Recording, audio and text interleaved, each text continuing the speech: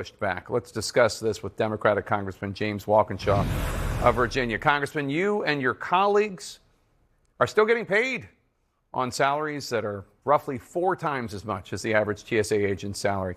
What's your message to the TSA agents? You probably have a bunch of them in your district who may not really care about the politics behind the shutdown. They just simply want to be able to put food on the table.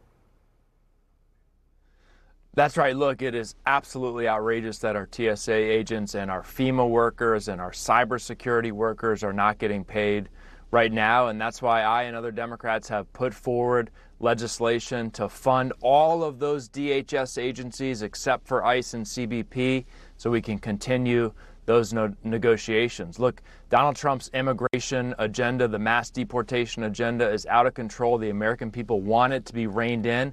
We need to make that happen. But we shouldn't be holding our TSA agents hostage while those negotiations continue. We should vote tomorrow to pay them. And Democrats have put forward that legislation so far in both the House and Senate. Republicans continue to block it. Right, because they say they want to fund the entire Department of Homeland Security budget. And they also note that ICE is funded through 2029 because of the big, beautiful bill, the so-called big, beautiful bill from last year, that you're not actually you and other Democrats, you're not actually stopping ICE from doing what it does because they're funded well through the next few years. Yeah, look, that's exactly my argument. Why does ICE need another $20-30 billion on top of the money that they got from the so-called big, beautiful bill that came out of Americans' health care? What we need to do is put some reasonable restrictions on ICE so we can end the masking, required judicial warrants before they can smash down the doors of American citizens. That's all we're asking for. And while we negotiate around that and hopefully achieve that, we should be paying our TSA agents, our Coast Guard folks, our FEMA workers, and all of that. And we put forward that legislation. Republicans keep blocking it. I don't know why they're blocking it, but they continue to block it.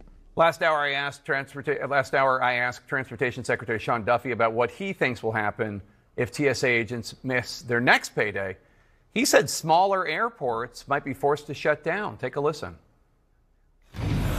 That second paycheck is due a week from today, as they're going to miss that. If they do, if a deal isn't cut, you're going to see what's happening today look like child's play. These are going to be good days compared to what's going to happen a week from now as America tries to travel. Now, as you note, Republicans are not on board with the Democrats' proposal to fund TSA separately from the rest of the Department of Homeland Security. So if both sides just refuse to blink, this is going to get worse and worse and worse, not only for TSA agents, for local economies. Smaller airports will shut down.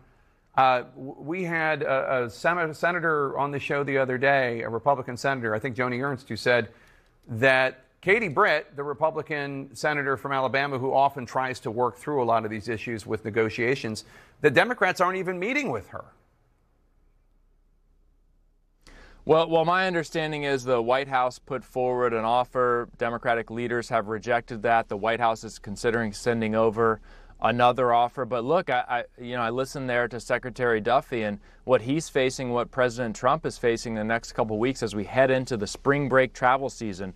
Americans are going to be staring down the face of $4 a gallon gas prices because of Donald Trump's war in Iran, and 4-hour waits at TSA lines because of Donald Trump and the Republican shutdown. I think the president is going to start to feel a lot of pressure as we head into that spring break travel season. I hope that will help create a breakthrough for a deal. You have so many federal workers in your district. You represent, for people who don't know, you represent Northern Virginia, a lot of Northern Virginia. Yeah. Do they, when you see them, when you meet them, these federal workers who, every few months now because of these shutdowns, have to go into food banks, have to sleep at work because they can't afford gas, do they say, keep fighting for changes on the immigration stuff? I mean, what do they say to you?